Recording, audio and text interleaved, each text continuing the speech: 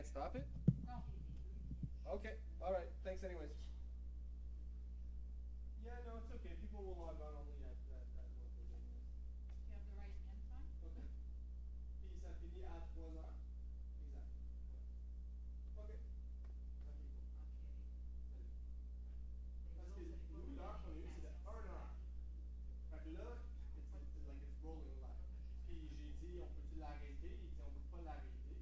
Fait que c'est une shot tab Ok, c'est en haut. sur l'intro, là. C'est ça. Y a-tu coupé le son? Cut the sound.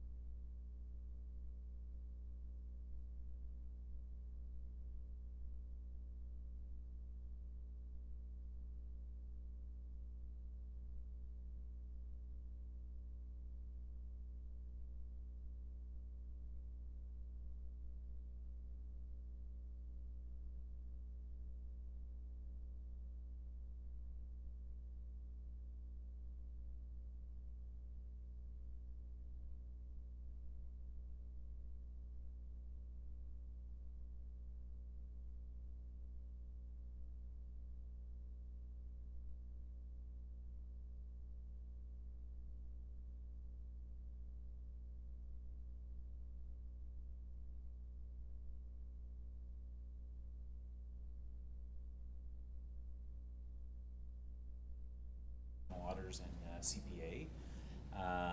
I am going to do a quick intro. I'll introduce our esteemed speakers for today, and then we'll start off with the sessions. The only other person I'd like to quickly introduce as well is Sylvie Seguin, who's sitting there at the far end, who will be the moderator for the session. So, without further ado, I'd like to introduce Christine Walker, who is the Chief Financial Officer at the Canadian Borders Agency. She was appointed in February 2015. She leads the branch that provides national leadership for the agency's financial administration, security professional standards, infrastructure, environmental operations, and contracting and material management. So it sounds like when you moved from Treasury Board, you took on even more roles than what you had when you were working with us. She has extensive leadership experience in the government of Canada, most recently as the CFO and Head of Corporate Services at Treasury Board Secretariat. She was also the Chief Financial Officer for the Canadian International Development Agency. Her other leadership roles in the public service include the DG of Finance, Senior Director, Finance Informatics, Director of Finance and Corporate Planning at OSFI, Office of Superintendent of Financial Institutions. She's also worked in the private sector in finance, admin, information technologies in Canada and abroad. She holds a Bachelor of Arts in Financial Studies from the University of Western and is an accredited, you put in here the wrong one, but we call them now CPAs. Okay. Gotta make sure I'm old school. You're old school. We got to make sure with our CPA colleagues in the room we're talking right. So she was a CMA formally. She has 2 active sons and a golden retriever named Freya. An avid sports fan, she also played and coached competitive basketball and volleyball. Also like to introduce our other colleague here, Gibby Armstrong. Gibby is an executive director in the economic sector at Treasury Board Secretariat. Program sectors are responsible for challenging departmental requests related to programming, projects, and funding, among other things. That come before Treasury Board for consideration. Prior to that, Gibby was the Chief Audit Executive at Citizen and Immigration Canada. While there, she was the champion for Blueprint 2020 and the Professional Development Youth Network, which actually is fitting because if you ever see Gibby in the summer, you'll see her. Her little scooter, so she's scooting down the street always. Prior to CIC, Gibby was Executive Director of Audit Operations within the Office of Comptroller General, responsible for conducting government-wide audits and individual audits with 48 small agencies. Gibby began her career in the private sector in a large professional services firm. She's conducted financial statement audits of publicly traded companies, prepared initial public offering documents for telecom companies in Canada, the US, and the United Kingdom, and performed business processing re-engineering, which we now call, I guess, lean is the topic of, or what we call it now. Gibby graduated from the certified program in public sector leadership and governance at the University of Ottawa. There she developed a network of colleagues across the federal department and furthered education on both leadership attributes and strong governance challenges. Gibby enjoys alpine skiing, biking, running, reading, and spending time with her two young girls, and she as well, and she actually has it right on her title, is a CPA as well. So welcome, and I will turn over now to Sylvie to start the conversation. Thank you, Roger. So welcome and thank you for joining us.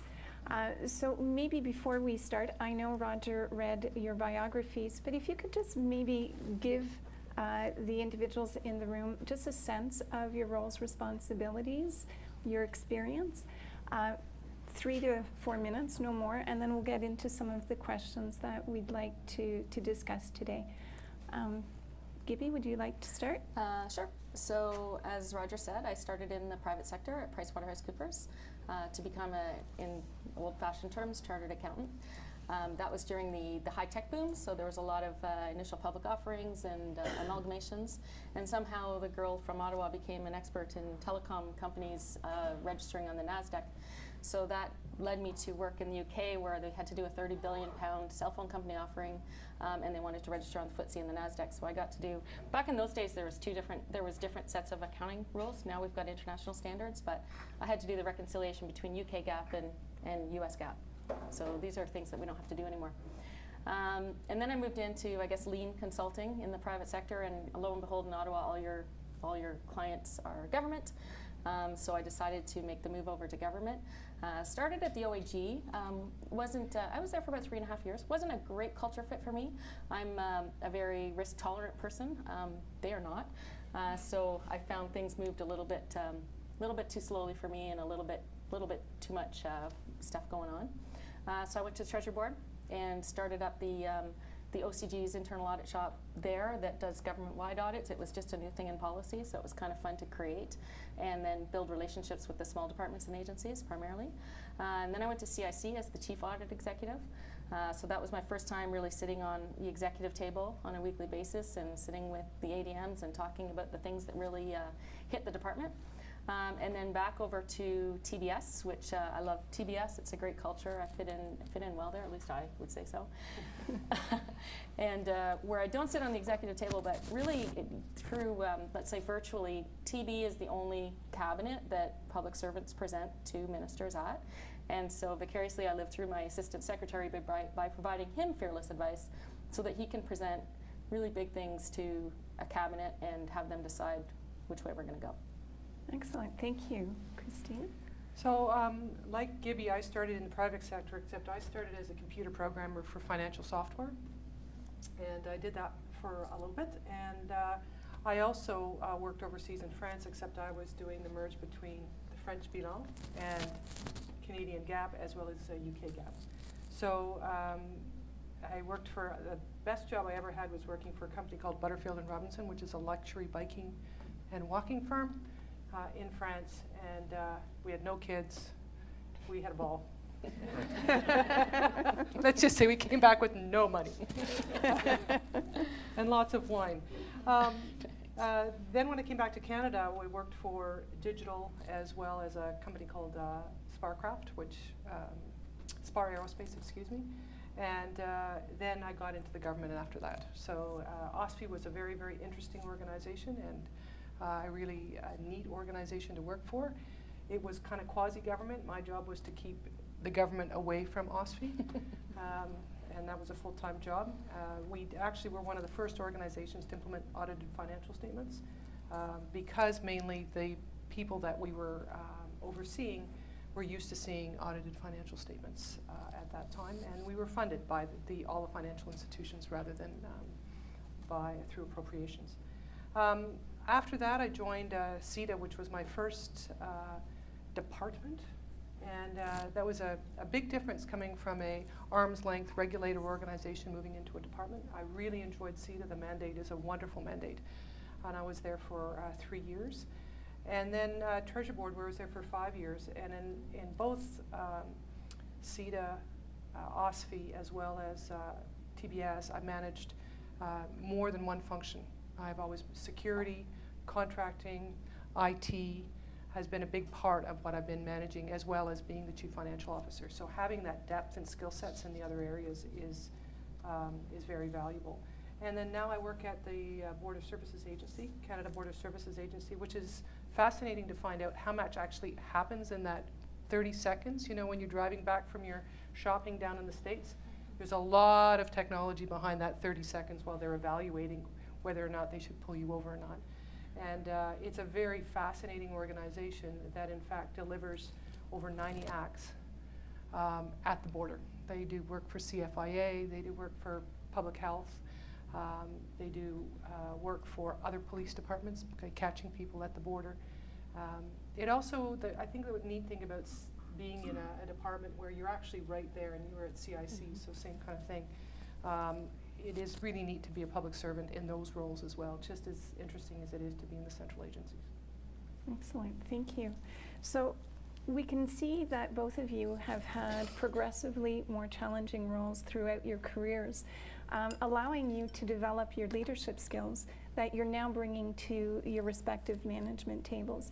And today's discussion really is about going beyond the numbers, so not simply stopping at the spreadsheet and trying to evaluate what the numbers mean, but really taking a look at that more broader perspective. And as a CFO, as an executive director in a central agency, or a chief audit executive, you each have a very unique horizontal perspective of the organizations in which you work. So could you please elaborate on how this horizontal perspective informs you as a member of your individual management tables? Christine, why don't we start with you? I think as the CFO, you have a responsibility to the deputy as an accounting officer. And by doing that, it means that you see an awful lot of documents that your colleagues will never see. You see every single MC, you see every single TB submission that you provide advice and attestations on. You see all of the estimates, RPP, DPR that you have to test to, including public accounts. So you're seeing a vast array of information that, yes, there's financial numbers on it, but there's a lot of non-financial information that you have to know and understand and provide advice on.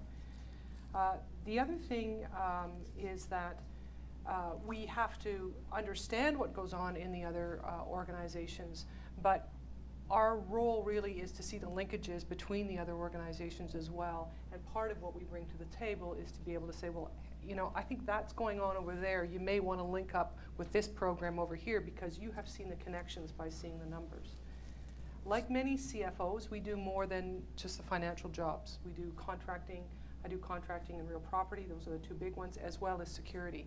So that set of experience, plus the experience that you bring with you by being in different departments or different roles, that's the role that you play at the management table. You play that linkages role that your other colleagues won't necessarily see. Great. Thank you. I'll talk as a CAE first, and then I'll talk as a ED. How many of you ever done auditing in the room? Few? Not quite half, but a few. So your job as the Chief Audit Executive really is to understand the risks within the whole organization. And in the Government of Canada, you have to do a risk-based audit plan every year. So you're refreshing yourself on what are the highest risks in this organization, and you do it across the program alignment architecture. I got that right, eh? It's P. Across the PA, knowing where the highest risks are and knowing how the risks play with each other. Because sometimes you can be a little bit more efficient by joining risks together and looking at them in a whole. But then being part of the executive table and taking your Chief Audit Executive hat off and putting on your corporate hat and saying, well, now I'm a corporate player, so which has difficulties in and of itself, because as an auditor, you don't necessarily walk into a room and everyone like hugs you and says it's great to see you. So when you get on an executive table, you have to be the person who is the team player and be sitting there and trying to give your fearless advice, but not from the same angle that you would necessarily give it as the Chief Audit Executive. So I'm going to give you a couple examples of just being a corporate player as the CAE. When something like an investment plan comes across the table and deputy heads have to approve investment plans, you don't necessarily, your other ADMs are not necessarily experts in numbers or Treasury Board policies and what have to be in everything. And I think that's what you bring to the table. So an investment plan, I would look at it and go, yeah, this probably passes through Treasury Board policy requirements. But then you look at the deputy minister and you say, but what value is this document adding to you? And when they say, well, maybe I'll do well in MAF, Management Accountability Framework Assessment, well, no, this document's actually supposed to provide value to you, and it's supposed to help you determine what your priorities are for your money in the long term. So when you look at an investment plan and you know we're all going to Government 2.0, and accommodation costs and investment plan are based on historical spends, well, it's not really adding a whole lot of value because you know that's going to be a big spend in the future, so it's not helping you with forward-looking decisions. Things like a corporate risk profile. You see that at the executive table. You have good discussions about it. You know what the deputy minister's risk tolerance is. I went through two deputies at CIC, one with a very high risk tolerance and one with a very low risk tolerance. So you get a sense of that. So when you're actually in the field and auditing things, you have to make sure that the risk tolerance of the deputy minister is respected in the work that's happening. I'll give you an example. When I was in Poland, there was in Poland, the way people pay for things is they go to a post office and they pay their electrical bills and everything else at the post office, and then the post office gets ponied up. But they also pay for visas. If they want to come to Canada, they go to the post office and pay for visas. Well, there was a little bit of slippage in the money. That's going to happen. And this poor person that was the head of CIC there was spending her weekends trying to find the money. And I looked at it with her, and over 2 years, I think it was about $220 that had probably gone missing out of, I'm talking, thousands of dollars. And I was able to educate her on the corporate risk profile, and that something that would be that small could be within her tolerance, that maybe she might want to monitor it, but not spend her weekends killing herself over, $20. So it's that corporate role of making sure you're sharing the tone at the executive table around. As an executive director in program sector, so as I said, I'm not at an executive table, but we're presenting to Treasury Board. So we go way beyond the numbers. I'll give you some examples. I'm working on a project right now for the Gordie Howe International Bridge that will go between Windsor and Detroit. Clearly an international bridge, and CBSA is affected by this. A lot of money, a lot of U.S.-Canadian relationships, and you see we have a new government that has a sub-cabinet committee on U.S.-Canadian relationships. Going beyond the numbers, it's not just the cost of the bridge that matters. What matters is the economy that's going to be able to come over the bridge, the relationships with the U.S.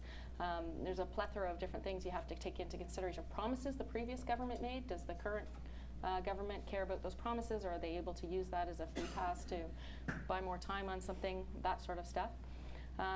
Looking at Bombardier right now, as everyone probably knows, they're coming and asking the Government of Canada for money.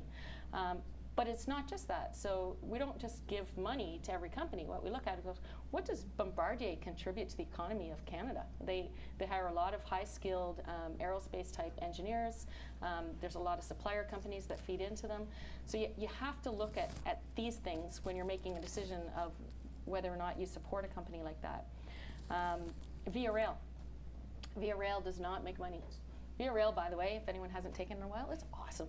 It's a really nice service. The people are so friendly. They've all taken training on being happy and being nice to people that are sitting on the train, and that's real. You have to make a decision. This is a Canadian iconic thing. So do you let something like Via Rail fail when, like, the train is, you think of Canada, you think of trains going out to the west. So there's many more things you have to take into consideration. Marine Atlantic, you talk about CFIA.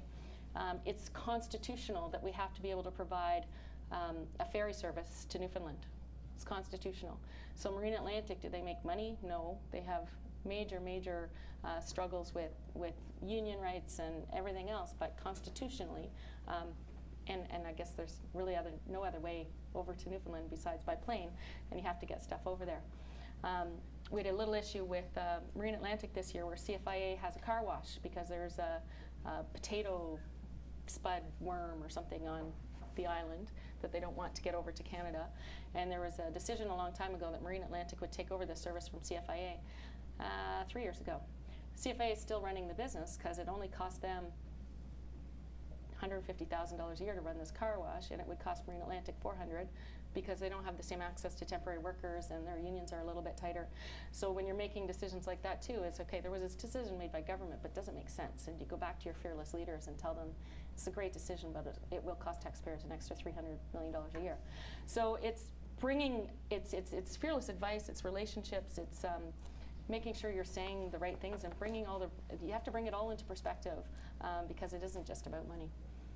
Great, thank you. And I think you've probably touched, both of you, on our next question, but if you could elaborate just a bit.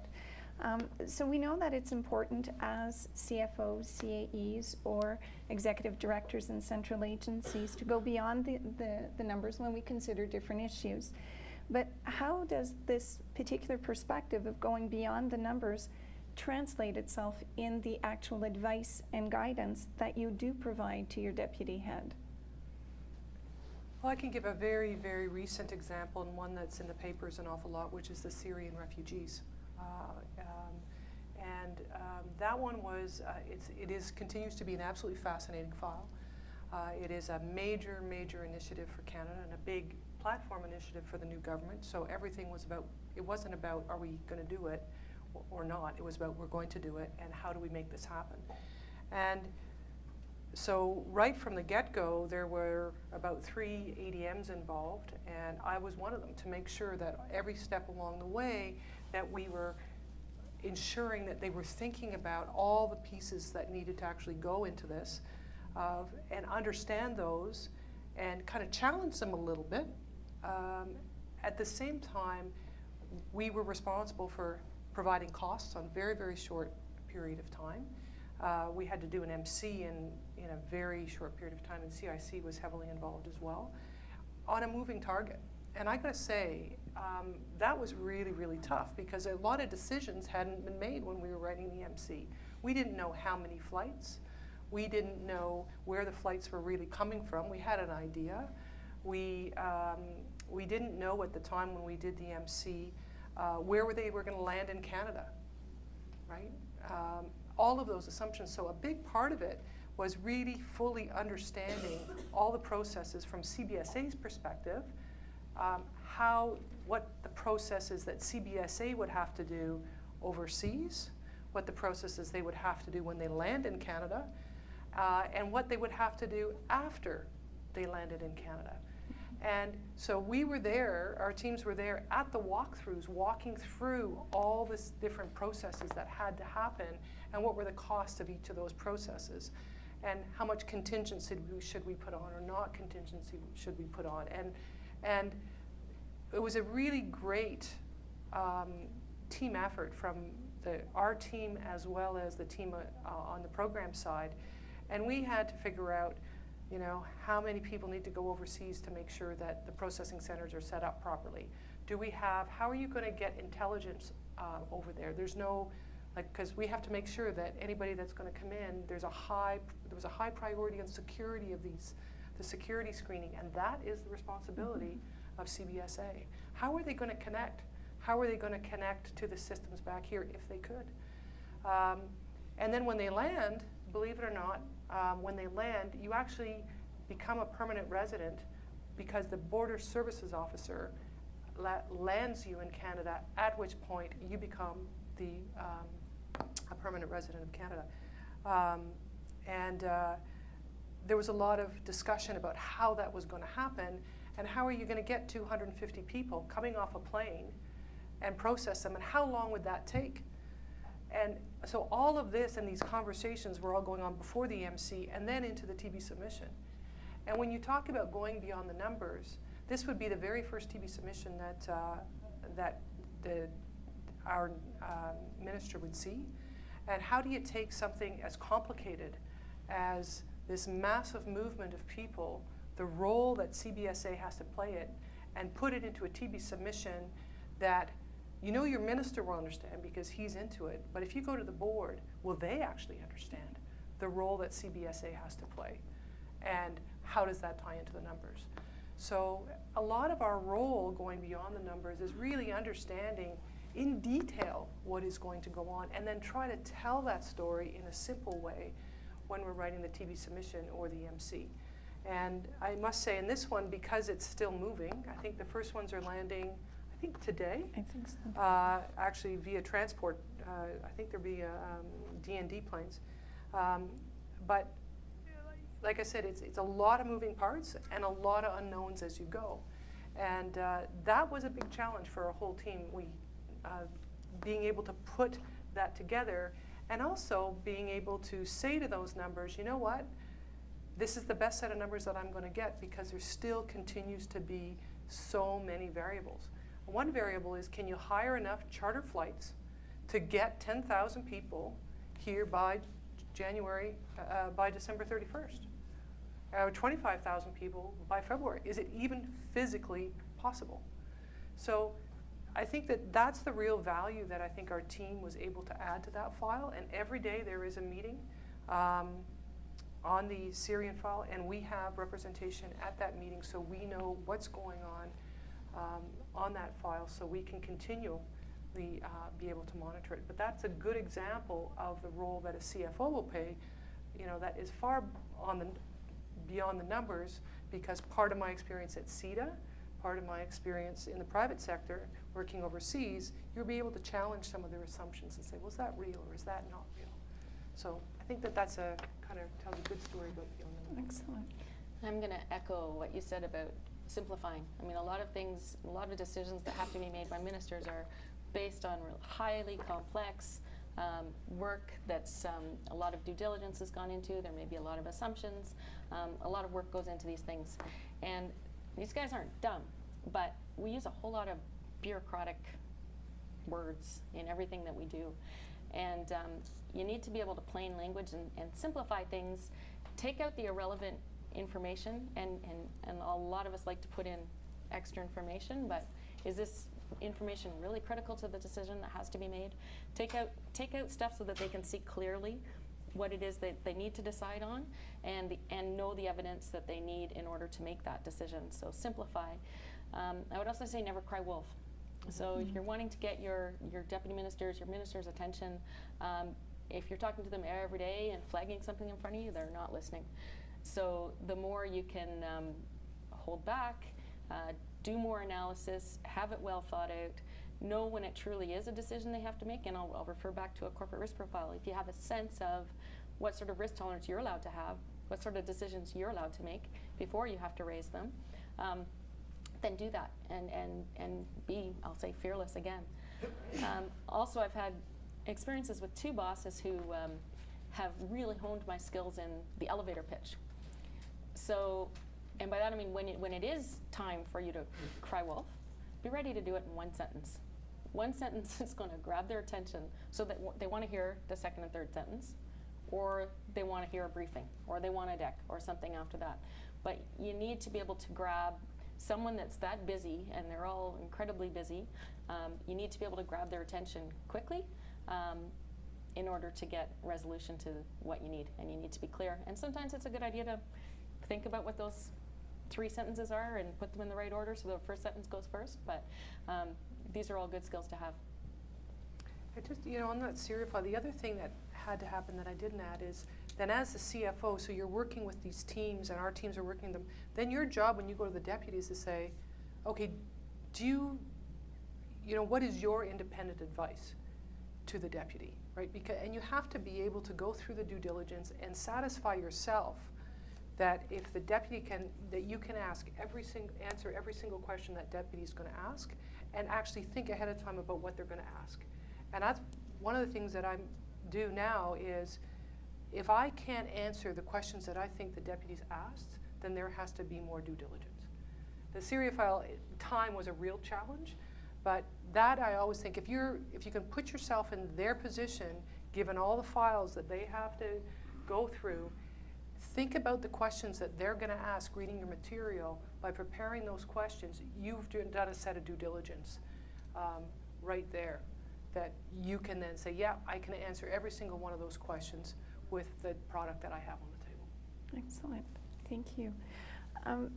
One of the things definitely in your roles as senior leaders, I'm certain that you've had to come up across impediments or barriers that allowed you to fulfill your roles the way that you wanted to or needed to. Is there a possibility for you to share maybe some of those experiences, but also how you successfully overcame some of those barriers or impediments? I'm going to say the biggest barrier, I think, always is relationships. It's very important to have strong relationships with the people that you work with and the people that you work. I'm going to say clients, but departments are. I use the word clients probably because I come from the private sector, but not all my colleagues do. The departments I need to facilitate getting into Treasury Board for. It's all about the relationship. If I don't have an authentic, trusting relationship with them, it's going to make the job of my team and my job significantly more difficult. So it takes time. I remember I just started this job at Treasury Board in January, so I came into, it was busy until the summer, and right up until like July 14th. And then I was like, okay, I have to do my rounds and have some coffee rounds. And I remember one day my assistant had scheduled 3 coffees in a day, and I came back shaking. And one of my staff said, you don't need to drink coffee just because you're at Starbucks. Yeah, I guess that's true. So, but it's relationships, and you find out so much during those coffee chats. And some people, how many of you have ever done a personality test and compared yourself to other people? So some people are very tactical. They don't need to know anything personally about you beyond your name. They can sit down and work. When I was in the private sector, I did an audit over on behalf of CETA in Ghana. And there the culture was very much, you couldn't do business with someone until you were their friend. So I remember sitting across the table from a gentleman. He didn't speak a stitch of English or French, and I didn't speak a stitch of whatever he spoke. And we stared at each other for about 15 minutes. And then he made some sort of signal to someone, and they brought tea. And we broke cookies and drank tea, and then we were friends, and then I could do business. And some people are like that in Canada, too. There are many people who you'll find, why did that person just tell me that they think their kid's getting sick? Well, maybe that's because they're giving me a warning that maybe tomorrow they're not going to be in because they might be at home with a sick child. Like, people have a need to make a connection before, and it's maybe not always as obvious, but they need that. So when you come in as an auditor, as an accountant doing a policy and internal control thing, it's so much easier to pave your way by being able to say, oh, how was your soccer game last night? Just knowing something about someone, something personal, and then working together. And working together, I think, in a positive and a collaborative way. I'm working on a really tough submission right now, and we started out the meeting with the department and my team sitting together, and we just have a rule right up front, no judgment. There will be no judgment as we're going through this submission because it's not going to help anybody. And they're in a situation that they're in, that's the past. Our job is to find the solution. So, and we just, remind a few people of that every once in a while, and we can laugh, and we can make them eat crow because they're going to have to, but I'm not judging. I think, relationships, Gibby has done a really great job talking about the relationships, and I think that is certainly, if you don't have good relationships, that is going to be your impediment. And I know everybody gets busy, and not taking that time to have that coffee or stay a few minutes after a meeting to ask about their family or whatever, that is just something that you have to do. And I think a lot of people coming up the financial or anything that's scientific or the analyst side, they kind of think of, well, that's fluff and that's for the marketing people. It's not. It's really, really important that you do that all the way through your career. And I can tell you that when you go to a lot of these meetings, you're seeing people who you've encountered in your career 5 years ago or 10 years ago. And if you haven't had a good relationship with them at that time, it's going to be very difficult for you, especially if they're, at TBS or something like that. The other big impediment, I would say that we find, at least in CBSA, is the ability to have really strong financial information and know what we're actually spending our money on. And I think that a number of departments have that because our financial systems aren't anywhere near as sophisticated as they are in the private sector. And as a result, it makes it difficult, when you are bringing something to the Treasury Board, to really have solid, factual evidence that says, why do you need it? And Treasury Board needs it, the Treasury Board Secretary needs it, because they got to go in front of ministers who are anticipating that they got these really great financial systems that their buddy has or that they had when they were in, so-and-so private sector company. We don't have them. And I would say that a big part of what we do is we use the data out of the systems, but then we sit down and really work with the program areas that need the money and say that they need to go for a funding ask.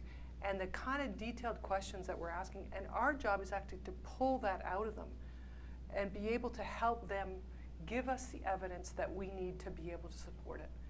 And it sounds like it's really easy, but in fact, when you're doing the Board of Services, you're talking to people who run 7 by 24, who are dependent upon systems every single day.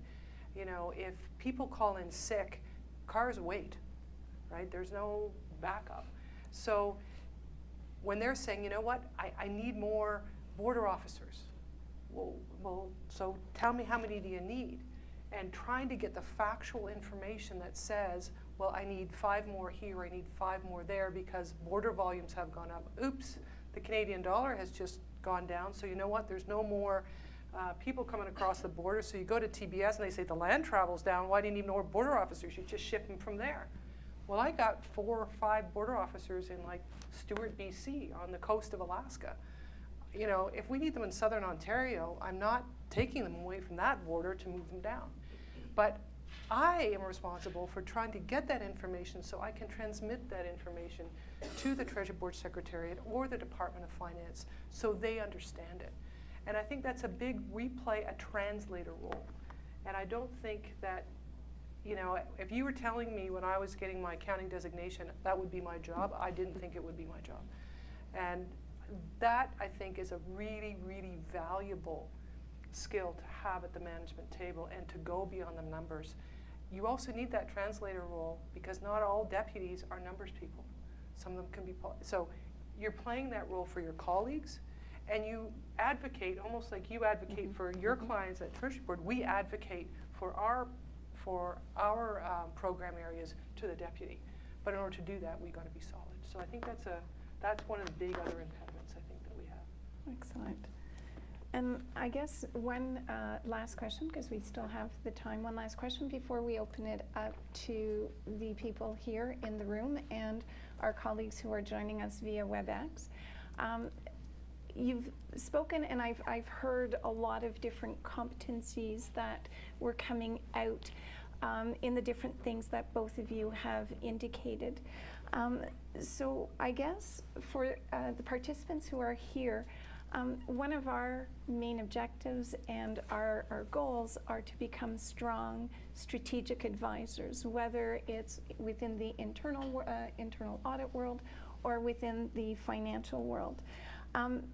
But there's a lot of challenges that are there and that currently exist, and trying to find what are those competencies that maybe are the most significant for our audience, but maybe some that have provided some challenges in your own development towards that strategic advisor. If you could provide us some information how you actually overcame some of those, to give us a bit of tips and tricks. Well, I think, you know, I think that role of strategic advisor is, it doesn't mean that you're the cop. And I think a lot of times that is what, you know, your job is to be that cop. Your job is not a cop. Your job is to actually be a facilitator. And I do think that, you know, sometimes you can say, you know what, I really don't agree with that position and I can't really support it. But you're not doing that by being cop. It's because you've had the dialogue, you've really understood the context of the organization, you understood the context in which the situation is in, and you will probably have a broader context, come from a broader viewpoint than the people that you're dealing with. And that is something that I think is really, really important, that you're constantly bringing that broader context to them and positioning your argument with them in the broader context. The other thing that, from a competency perspective, is I would say, you know, global awareness. You have to not only know what's going on in your organization, you got to know what's going on in the government, and you have to know what's going on in key areas in industry or non-government organizations that affect your organization. And that didn't used to be. You know, we didn't have to, as a financial analyst, you were not responsible for looking at the media lines, but you are, because you could get a QP note the next morning. Mm-hmm. And that is different than the private sector. So that awareness of what's going on is really important. You know, it's a skill set rather than a competency, but certainly it's important. As the collaboration is also becoming an engagement, your relationship management skills is becoming more and more important, because if you've read some of the mandate letters that actually were posted, you'll notice in many of the mandate letters, it'll be this minister will support that minister. Or there was one for CI correctional services where they're actually going to, the correctional services minister will support the Minister of Justice. So this you know, it isn't departmental silos anymore. There's a lot more horizontal work going on. So those skills of collaboration and competency collaboration and engagement across, and being able to pick up the phone and say, hey, you know, I just got this on my desk. I just heard about this. What have you heard? They talk a lot about strategy, that you have to be strategic, and everybody goes, well, what does strategic mean? And I would say it's it really is about joining the dots always. You know, how does that fit with that? And also saying, how is that going to affect the future? And how does whatever you're looking at going to affect everybody around you, but perhaps other departments? I'll give a good example, and where some of the budget stuff that we're looking at, right? We're not only looking at what has to happen in our department, are there other departments that we have to speak to and give a heads up, hey, by the way, you were thinking about this budget ask? Are we looking at the Liberal platform? Are we looking at the past history? Are we looking at, do we have the capacity and the competencies in the future to be able to deliver on what we're saying we're going to deliver on? And I'll give a really good example. We're doing a P3 for an update of up to 77 ports of entry. Small ones. These are the really, really small ones that see 5 cars a day. But we're also at the same time looking at brand new technology that would allow us to have a remote port. But that technology isn't finished. So how do we kind of put this huge project out, knowing that we haven't really done the assessment of technology? What do? We reach out to our counterparts. We reach out to the US to find out what they're doing. We reach out to New Zealand to find out what they're doing, so that we can try and anticipate what should we be thinking about when we're building these ports. And that's where I think that you add a lot of value, because you're constantly thinking as a strategic person, how does this fit to your context, the organizational context, the government context, and then even the global and the Canadian context. So the last thing I'm going to add that I think is really, really important that we don't talk enough about, and that's resilience. And it's not a competency more than it is a skill. And I know how busy everybody has been over the last 2 or 3 months. And a bunch of us around the executive table and our deputy said, it's going to be like this for 6 months. And we all, there was just a groan at the executive table. And then she just smiled and said, resilience is important. So that was really good. That's really cool. So I agree full-heartedly with everything you've said, and I'm going to get a little bit preachy on it. So strategic, yes, it's about joining the dots. It's about seeing the big picture, but it's also about doing that within a value framework. So you join the dots that make sense to join, and by that this is the preachy part. Go right into the public service values and ethics. You've got a code. You've got a values and ethics code. It tells you to respect official languages, respect each other, respect people. It tells you to engage. It tells you to collaborate. All these things are very important, and we talked about that before in the context of relationships. Stewardship, you can't be strategic unless you're practicing stewardship at the same time, because you can't tell someone you can really strategically say, you can do this really quickly if you sole source this $1.5 million thing, but that's not within the value framework that we need to make decisions within. So you need to be wary of that. Democracy, and I always sort of preach this, it's about different perspectives. I don't think anyone has the best perspective. The best perspective is a combination of a bunch of different people's perspectives, and that enables you to be more strategic and join the dots, because you can't do that on your own in your own way without thinking of other people. Know yourself. It's really important to know yourself. So I think when I said how many of you have taken a personality test, about 3/4 of you put your hand up. That should be big. You should be putting both hands up. Whatever personality test you can get your hands on, do it. Get to know yourself. Get to know what your strengths are. Get to know how people perceive how you react to things, how people perceive how you communicate, and know the tricks, I'll say, although I don't mean it as a way to fool people. Know how to get around that. If people feel you're untouchable, then make sure you share something about yourself, so that they know that maybe you are someone that's a real person. Put yourself in the shoes of the other person that you're talking to or working with, and be empathetic, but be sincere about it. So if you're an auditor or an accountant, you're often challenging other people. You're no better than them. You're no smarter than them. Don't judge them. Here it is. This is what it is. Let's work together and let's make it better. So put yourself in their shoes, because things, and as you said, as TBS, I think people that have been there for a long time sometimes forget how difficult it is for departments to put information together, because our systems aren't great. So we have to be empathetic when they say, well, this will take time, or is there another way we can provide you this information, and be agile and work with them. Maybe one other thing is, and think on your feet. So to be strategic, sometimes it doesn't mean you've got, you know, you've got the time to go and lock yourself in a room for 4 hours and think about how to be strategic about something.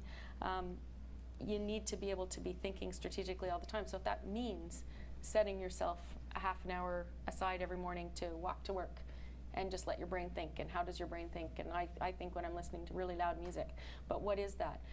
In fact, I think most executives probably on Friday night, as soon as they get home and pour a glass of wine, like it's like, oh, these are all the 6 amazing ideas I should have thought of this week, and you write them down and you challenge with them the next day. So it's, you know, to be strategic is take the time to be strategic. If you're running tactically all the time, I had to work very tactically on something last night, so I asked one of my EX-1s to be the strategic overview of what I had done, because I had done it myself, so I couldn't be strategic about, you don't see your own weaknesses. And I'm just going to tag on to what you said about resilience, because I think resilience is critically important. And I don't think it's something that, the onus isn't completely on you to be resilient yourself. The onus is on you to help others be resilient. Correct. If you've got someone that's beating you up all the time, it's really hard for you to be resilient. So I think the onus is on all of us to make sure that everyone can be resilient and be supportive and everything that goes along with that. Great. Well, thank you very much. Those were some of the questions that we wanted to start the dialogue. But I'd like to open up the floor now to those of you in the room. There is a mic that will be passed around because we do have colleagues who are on WebEx. For those of you who are joining us via WebEx, you did have email addresses that you can forward your questions to, and we have individuals in the room who will be able to ask those questions on your behalf. So do we have someone who'd like to open up the floor?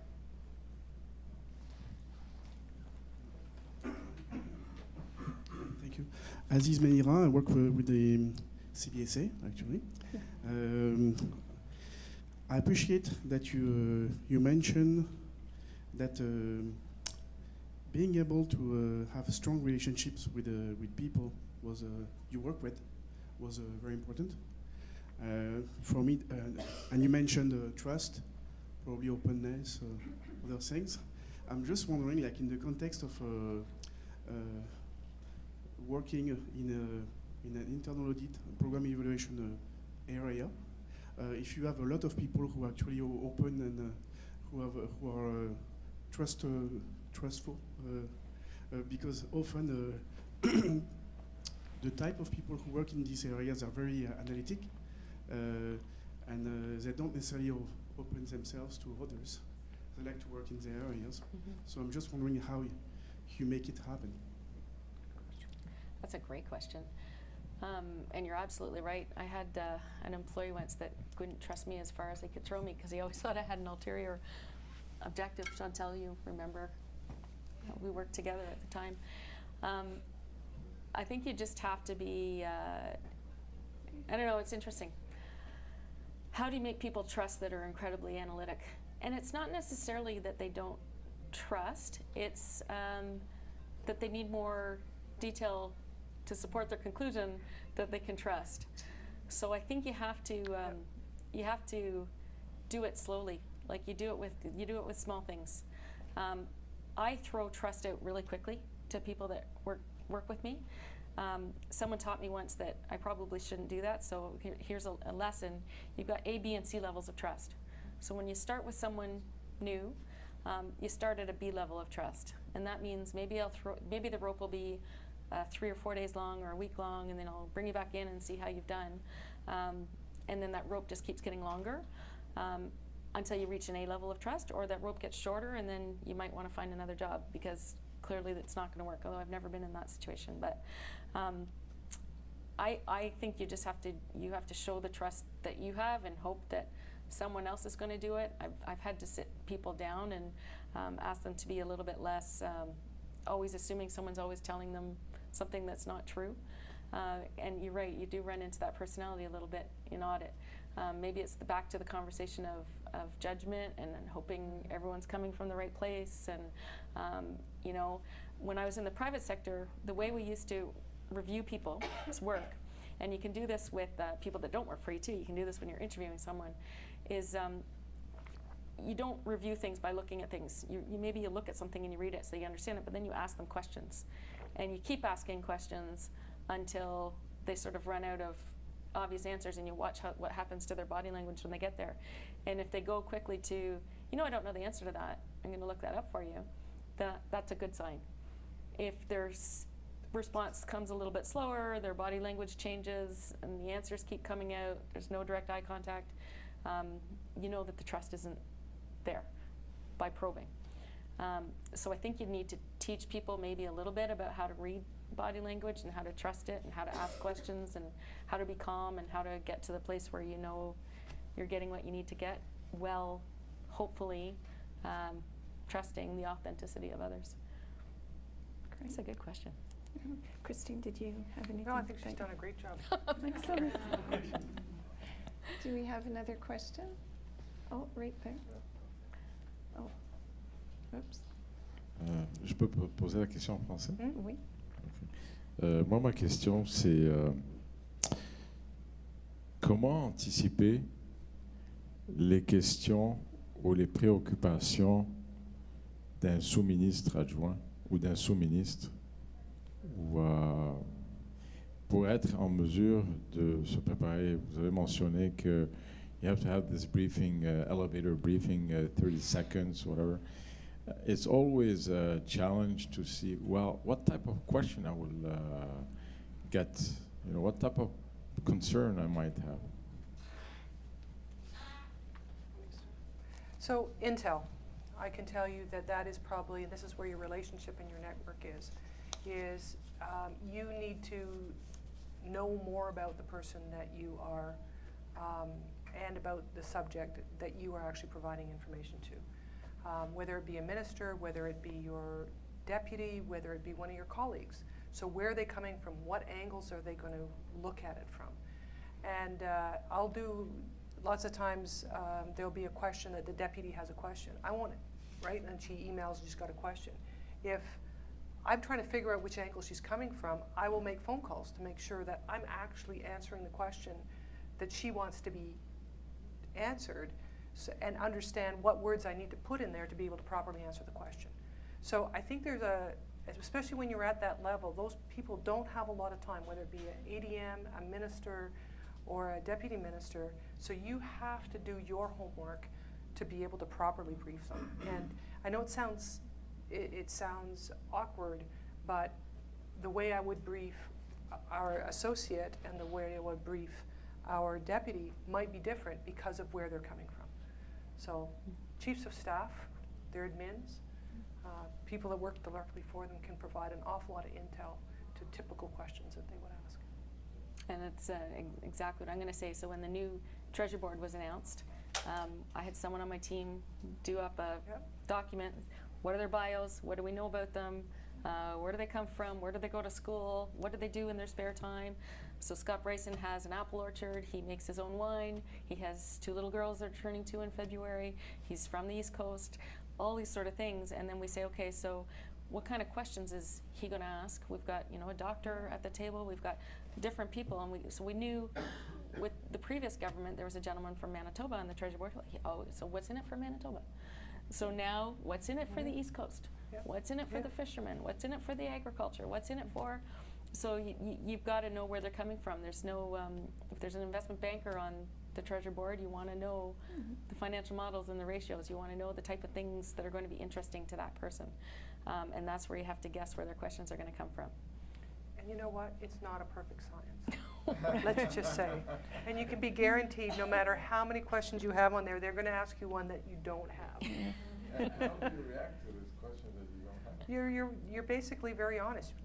You can, if you think you've got enough information to dance, I have a tendency to say, you know, I don't have all the information right now. I'll get back to you within an hour, within a day, and you deliver on that. Because it's much better to give an accurate answer than an inaccurate answer.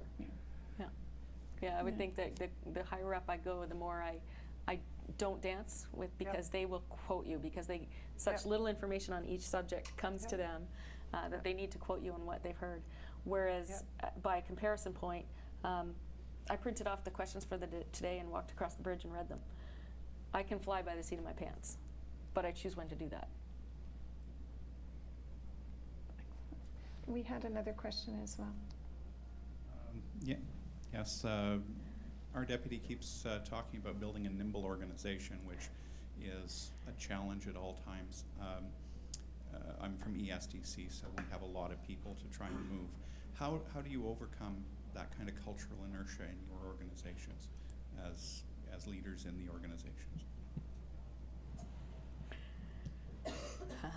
I'd have Monday morning sing the Hokey Pokey song together. It's a great question. It is hard to be agile, and it's especially when you're a big organization. If you're a small team, you can do things together. But I think Blueprint was a stab at asking people to react differently to things, to be more spontaneous, probably to be more flexible. It's sort of still going along, but it's petering out in a few places. Agility with my team, I tend to, because I've worked, and not so much now, but in the past with auditors and accountants, with a lot of very left-brain, very logical people, as most of us are, 80% of the population is. I practice their right brain. So I exercise their right brain on a weekly basis, right, Chantal? So we do little games on Monday mornings where you would have to words that start with the letter P, and we keep going around until the last man left standing had the last word that started with the letter P. Like just exercising your brain so that you can think differently, so that you can react differently. And it does change behaviors to get people to try to do things differently. Don't go into the same, challenge your staff not to go into the same washroom stall for a week that they always go into. These are big challenges for some types. I think we had a long conversation about agility and nimbleness, and there was actually some conversation about this at the board, and what does that really mean? And I'll never forget Daniel Watson talking about hierarchy, and he said, today it's so different than it was when he was a director. You wouldn't even talk to your deputy minister. And he said, and now people, you can crowdsource with people. People send you emails, people Twitter. So I think that we use we're bureaucratic and we're government, and so therefore we have to follow all of these processes and have 50 signatures. And I think that we do it to ourselves in a lot of ways. I think we can be nimble and we can be agile if we choose to. And it is really about a state of mind and a culture than it is about anything else. And I mean, we've been doing, a good example, we've been doing dockets, lots of dockets. And so what would happen in some parts of my organization, they would take the docket, they would give it to their admin. Their admin would then give it to somebody else, who would then give it to somebody else, and half the day has passed and no work has been done on the docket. In order to change that behavior, I said, I need it back by the end of the day. No, I need it back by 4 o'clock. I want it back by 4 o'clock. And I was being a bit of a drill sergeant. But all they needed to do was just, in many cases, give it to an admin to make the changes, and if there was one thing that they didn't understand, send an email to that person, get the answer back, and finish the docket. But I think we've got so loaded up in process that we're not using actually all the tools of agility that we can use. So I think agility and nimbleness comes from every single person. It doesn't come from Blueprint 2020, and it doesn't come from your deputy saying we need to be nimble and agile. It's a state of mind. And private sector does it really well in some organizations. And I just think that has to change. People just have to say, no, you know what, I can do it differently. I can operate differently. And the other thing that has to happen is I think that the hierarchies have to go. There's so many hierarchical organizations where you're not allowed to talk to the DG if you're an ADM. You've got to go to the ADM, can I talk to so-and-so? That all has to stop because there's no time for that anymore. And I think it's slowly changing, but I think it behooves all of us to just consistently challenge the environment to be more agile. We even had this meeting with our team, and we were going to get stickers that said, I don't want to do this anymore. Post-it notes, like, you know what? Do I really need to write a memo when I don't need a memo? Right? It's really about every person taking that, and you will get more agile a lot faster. and thinking about the processes that we've put in place and considering the value added of those processes. Do we really need those, or is there a different way that we can get to the same end result without going through 20 steps? And I think the government is agile. Look at Syrian refugees. They are landing a D&D plane, right, today. We had a temporary port of entry set up in a hangar in Toronto as of November 30th. And we got the go-ahead from Cabinet about 2 weeks ago. So this idea that government is not agile is just not true. I think we just choose sometimes not to be agile. Excellent. Any other questions?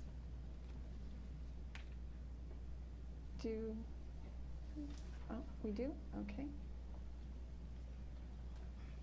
One question from online. As a CFO or CAE, you occasionally have to bring up issues at the management table that are not fun for one of your colleagues to answer. This could create conflict. Do you have any secrets on how to successfully manage those conflicts within your management team and your colleagues? No surprises. So the first time you call out your colleague is not in front of their peers or their boss. You work very closely to make sure you both understand, that you make sure that you've got the right answer, make sure that you have their perspective, make sure that what you're going to be presenting is both of your perspectives, as well as your independent, fearless advice that you have to do. You do it together. You don't do it behind someone's back if something needs to be said, and you come forward with a plan to resolve the issue so that everyone saves face in the end. No one gets anywhere fast by sidebarring or whatever you might want to call that a colleague. It's just not cool. Yeah, I mean, there's lots of ways to facilitate that. If you have a deck that's going, for instance, a colleague is presenting a deck, and you want to give them a heads up about what you're going to say, and there's some things that you would say to them that you wouldn't say in front of their other colleagues. You call them, or you send them an email ahead of time. Here are the 5 or 6 points that I just want to let you know that I wasn't comfortable with in this deck. You do it ahead of time, and you know what? You're telling them how. That means they can prepare for the answers and be ready in front of their colleagues to be able to be prepared. And if it's really bad, you pick up the phone and call them. But never do you have that conversation in front of your teammates and the rest of your colleagues, because it's not fair to them, and you won't get any trust or anything from them anytime soon if you do that. Any other questions? Oh, we do.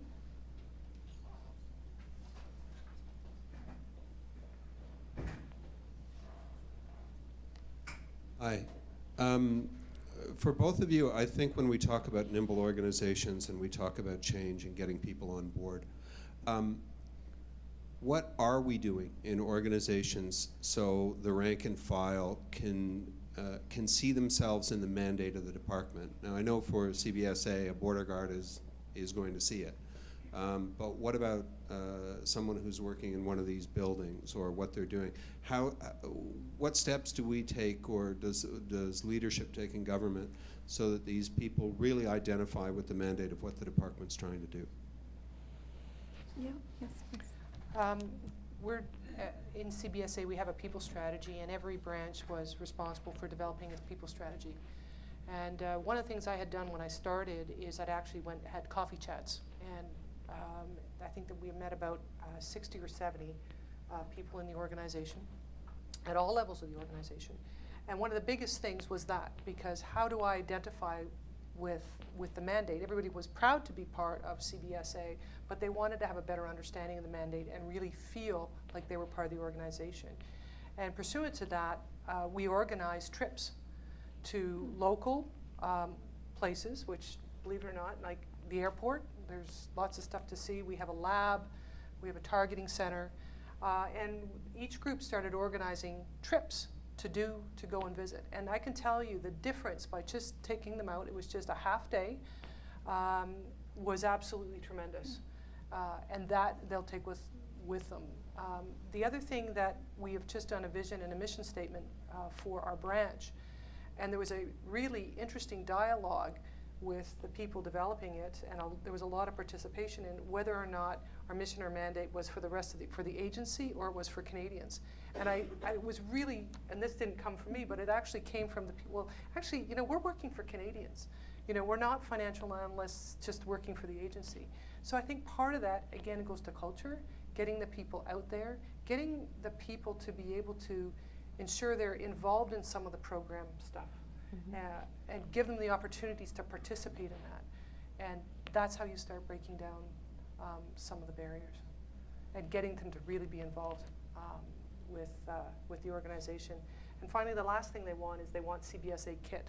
They want, like you get the FBI lanyards and stuff like that, lanyards, whatever they're called.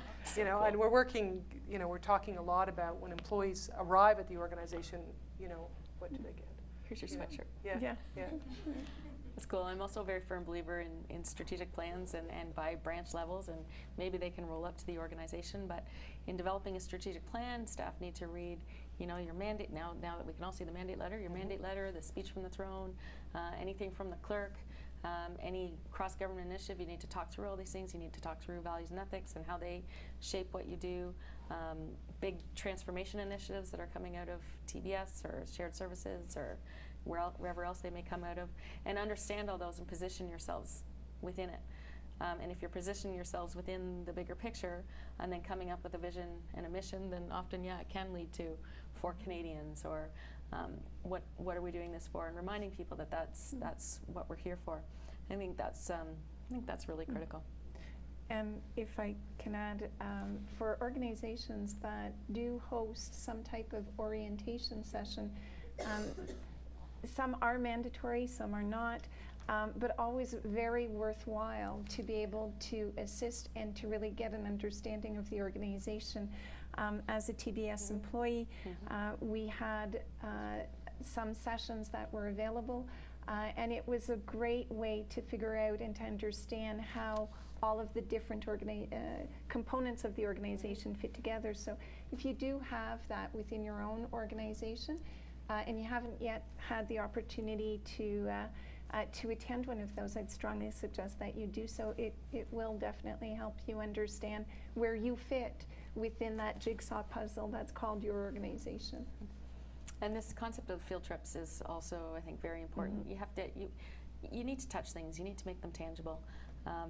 This summer, again, when we're a little bit slower at TBS, my team, we all took different trips, but some of us went out to see Marine Atlantic and took the overnight ferry over to Port aux Basques so that we can see what they live and breathe. We took the train to Montreal and went to their yards and saw that. We went to Southern Ontario to see what they're doing for economic development. We went to the Ottawa Airport to see what CATSA does, because they fall under Transport Canada. If you see these things and make it a little bit real for yourself, then you go, oh, and these are Canadians getting on this ship, or these are, make it tangible. If the field trip is to go walk up the stairs to the bell tower, do it. Like anything that you can do that really makes you feel Canadian and reminds you why you're here. Yeah.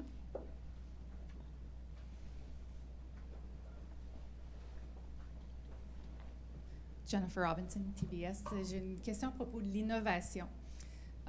It's a new leadership competency. We'll all have to demonstrate what we're doing about it.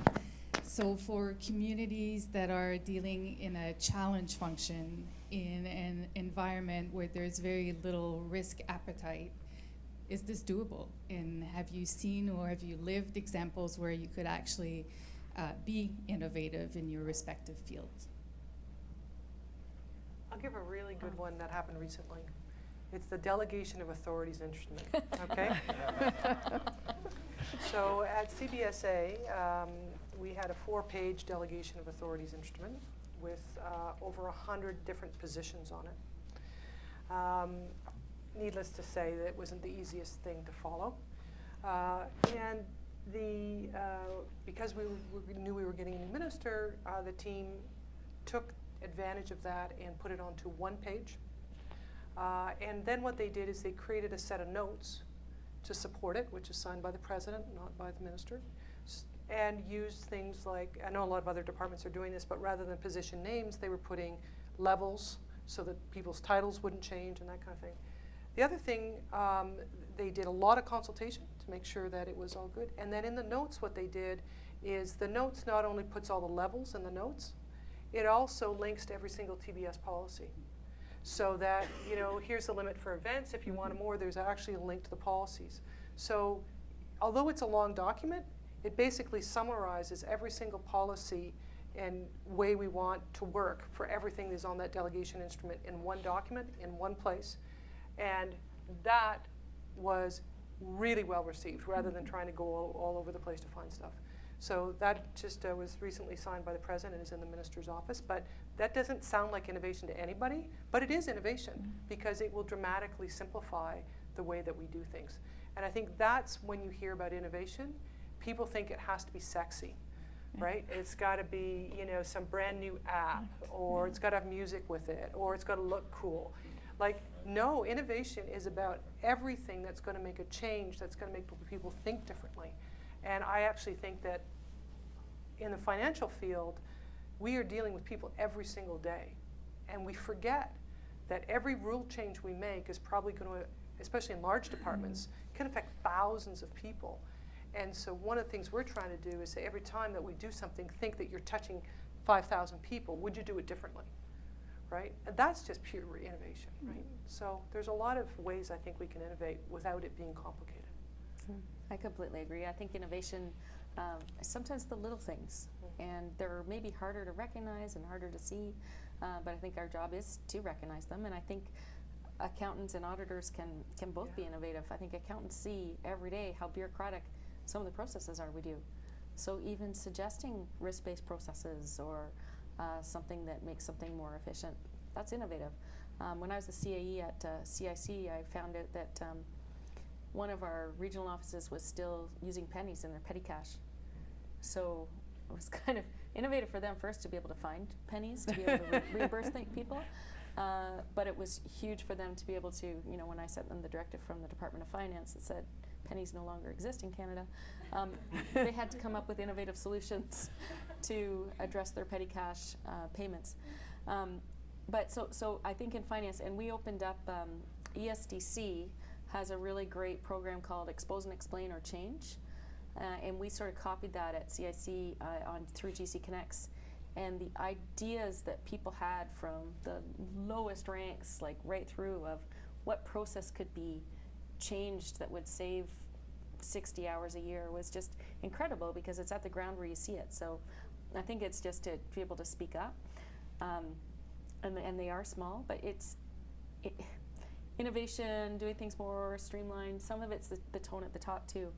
So 2 different deputies at CIC. One, I did 1 briefing memo in a year and a half because I had to go up to the minister. The rest was PIN. I wanted to do an audit when I first went there. PIN, can I hack the system? Sure, go ahead. That's simple. Next deputy minister, we're talking 13 briefing memos a month and requiring a new administrative assistant just to get through all the paperwork. So it can be innovative just to be spry and agile and all that sort of stuff. But yeah, it's the little things. It's the little things that you can suggest and fix. Don't be afraid. Excellent. Thank you. We've got one more question from our web, because we've got only about 2 minutes. Question up here. Oh, I'm sorry. Your turn. Is there, though, a question? Oh, okay. We heard a lot about financial transformation, okay, since last year. And one of the things, and you mentioned streamlining and reducing hierarchy. I'm interested more in all financial shops around government. I think there are some silos between functions, okay? We try to remove the silo in different ways, but there are still silos, because the silos are not necessarily seen, like it's not a wall that you can see. It could be a virtual wall, it could be different things. How do you, like, what would be your recommendation or your advice on contributing ourselves to this transformation exercise? To streamline, to bring more connection between functions and reduce the silos among those functions within CFO organization, for example. Interesting. I would say get out of your box. So don't be this is my role and I'm going to put my head down and I'm going to do my role. Know what comes before you, know what comes after you. Know how your role contributes to decision making, and try to look at it in a big picture. Shadow someone that comes before you one day, shadow someone that comes after you one day, get them to shadow you. This is all sort of blueprintish type ideas, but then you can truly understand the big picture. Draw it out. When I used to do what's now called lean, we used to draw, on walls, and it would go around. This is the process you guys follow, and we'd say this is the is, and then this is the to be, and people would be laughing in hysterics and rolling on the floor when they saw the is, because they'd see the arrows going this way and backwards and over here, and they just go, well, that doesn't make sense. So make things make sense. Take the time to make things make sense. Know the flow. Know how it supports decision making. If it's not supporting decision making, don't do it. And just really think about, why am I doing this now, and why am I doing this part of it this way? And Christine? So one big thing is, you heard that I did a lot of team sports. It's one team. And every single time I get a chance, there's over 400 people in my organization, and I say, we've 400 people, we have the power of, if we operate as a team, we have far more power and influence over the organization than if we operate as silos. So we are constantly bringing people together, trying to say, well, why don't you call over there? And it's starting to work. And so it's at my level, it's at the DG level. We have an EX, an EX2, EX2 and EX1 group as well, who are going to meet every 6 weeks. We try to bring the FI4s together. We just had a 2-day retreat with all of our FI4s across the country. Didn't matter where you were. It used to just be the resource management FI4s. We've changed that. We've brought all the FI4s together so they know. Just constantly bringing those groups together, because they don't know each other. And in a lot of cases, they're in different buildings or in different parts of the country. And the more that you can bring people together, the more you'll start breaking down those silos. And they'll reach out because you know that person over there, hey. And also moving people. So we had somebody from our accounting operations move to resource management moved to accounting operations. And so we're always looking in terms of talent management, can we reposition people? Can we move them to other parts of the organization? And my immediate management team have bought into it. They're operating as a team. Sometimes they get together a little bit too much and say, hey, we're doing this. And I go, what? But that's a much better place to be in when you've got 3 of your management team sitting and going out for beers or whatever and coming up with ideas. Then you know what? They don't talk to each other at all. And I think it's up to the leader and all the management all the way through to stimulate that and actually create opportunities for that to happen again and again, and don't stop doing it until that culture changes. And it's going to take a long time, but that's the only way to do it, in my personal view. Great.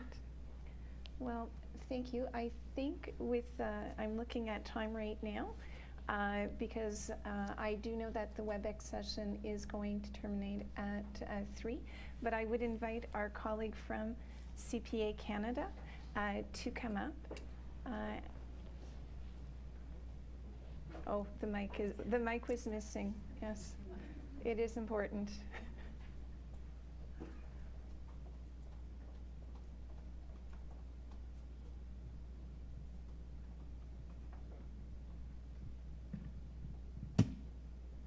Hey, good afternoon. Yeah. Good afternoon, everyone. I'm Julianne Gorgi, and I work at the Chartered Professional Accountants of Canada. I am a principal in the Research Guidance and Support Group. It's not working, or this is working? Just hold it towards, so it's pointing towards your mouth. Yeah, there you go. That's it. Great. Sorry about that. and I'm responsible for the guidance and support and research we do in the area of audit and assurance. So I'm really pleased to be here today, representing, of course, CPA Canada, and at this third Comptrollership Armchair discussion. I really, really enjoyed the discussions today and all the insights that you shared. CPA Canada is very proud to have an MOU with the IIA Canada, and we're excited to take parts in an event like the one here this afternoon. Very meaningful discussions, of course, took place, and really was a privilege and an honor, so thank you. So on behalf of CPA Canada, I'd like to thank the two wonderful panelists today, Christine and Gibby, for their time, their insights, and of course, for their candid remarks today about really going beyond the numbers. I'm sure, like many of you, I took away some things today, so I wrote down a few things I wanted to share. Maybe some of these things will resonate with many of you here as well, and also joining via WebEx. So the importance of relationships, I couldn't agree more, and trust in business. Other things to consider, of course, with financial information, especially when making decisions. So things like simplifying the story, having that elevator speech ready, and the importance of understanding the processes and the skill of really translating the information and connecting the dots between departments and even with global events. So I thought those were some fantastic things. And I also love the idea of field trips and really making things come to life, and to be able to really understand and to touch them. So thank you for those remarks today. They were fantastic. I'd also like to thank our amazing moderator, Sylvie, for facilitating the discussion today. You did a fantastic job. And so just before we sign off, I did want to invite the two panelists just to share some final remarks with all of us here today in person and also via WebEx. So, Gibby, maybe you want to go first? Sure. So the title was Controllership Leadership. Leadership can happen at any level, in any part of your life, and in anything you do. I think my 8-year-old daughter, for her birthday, collected donations for the Humane Society, and she got to go there and get her pictures taken, and that was great leadership, very philanthropic. I tell people on my team, they say, I want a leadership position, I want to supervise. Leadership, how about you run our Christmas donation to a family in Gatineau? And, well, how is that leadership? Well, because you have to inspire people to want to be part of this, and you have to organize it, and you have to get all that going. So take your opportunity to be a leader when you can, and contribute in that fashion. And then I would say on the controllership side, on knowing yourself, on where your career is going to go, know yourself, make decisions that respect your values, and don't worry about all the other noise out there. I 100% agree that leaders are at every level, and leader is not a position, it's a way of thinking and a way of managing. I will say learning. One of the things I think that is really important to leadership is constantly having an open mind to get new information and process new information, and that helps you be a better leader.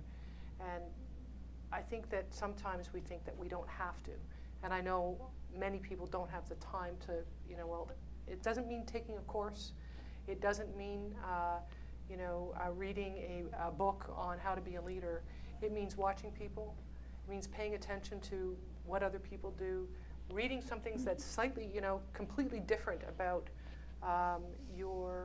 what you're doing in your mainstream job, and really being open to what's that global awareness and that situational awareness being world.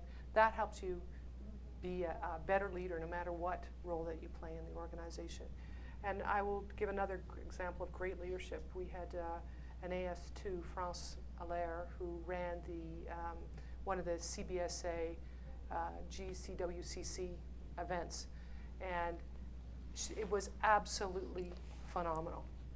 And everybody raved about how fantastic this event was. And I'm going to tell you, she did it all on her own with zero guidance, and did it most of the time, away from the office. And she just really believed in doing it, and she's been doing it for several years now. And that's leadership, and she's inspired to people be a part of it. So it really is about inspiration, motivation, belief that you can do it. Excellent. Thank you very, very much. I think on behalf of everyone in the room on WebEx and on behalf of both the internal audit and financial management communities of the Office of the Comptroller General, thank you so very, very much to both of you for taking time out of your busy, busy schedules to come here today and to share your experiences and give us your insights on how we can become those strategic advisors, but also the importance of going beyond the numbers. So thank you so very, very much. Thank you. So, Annette. And so with that, thank you all for coming today. This does wrap up the WebEx and in-person panel discussion, and there is a networking session for those of you who are here in person today that you're welcome to stay for about another half an hour to enjoy one another's company. So thank you very much. Great. Thank you so very much. Very welcome. Always fun. Sorry for putting you. Sorry.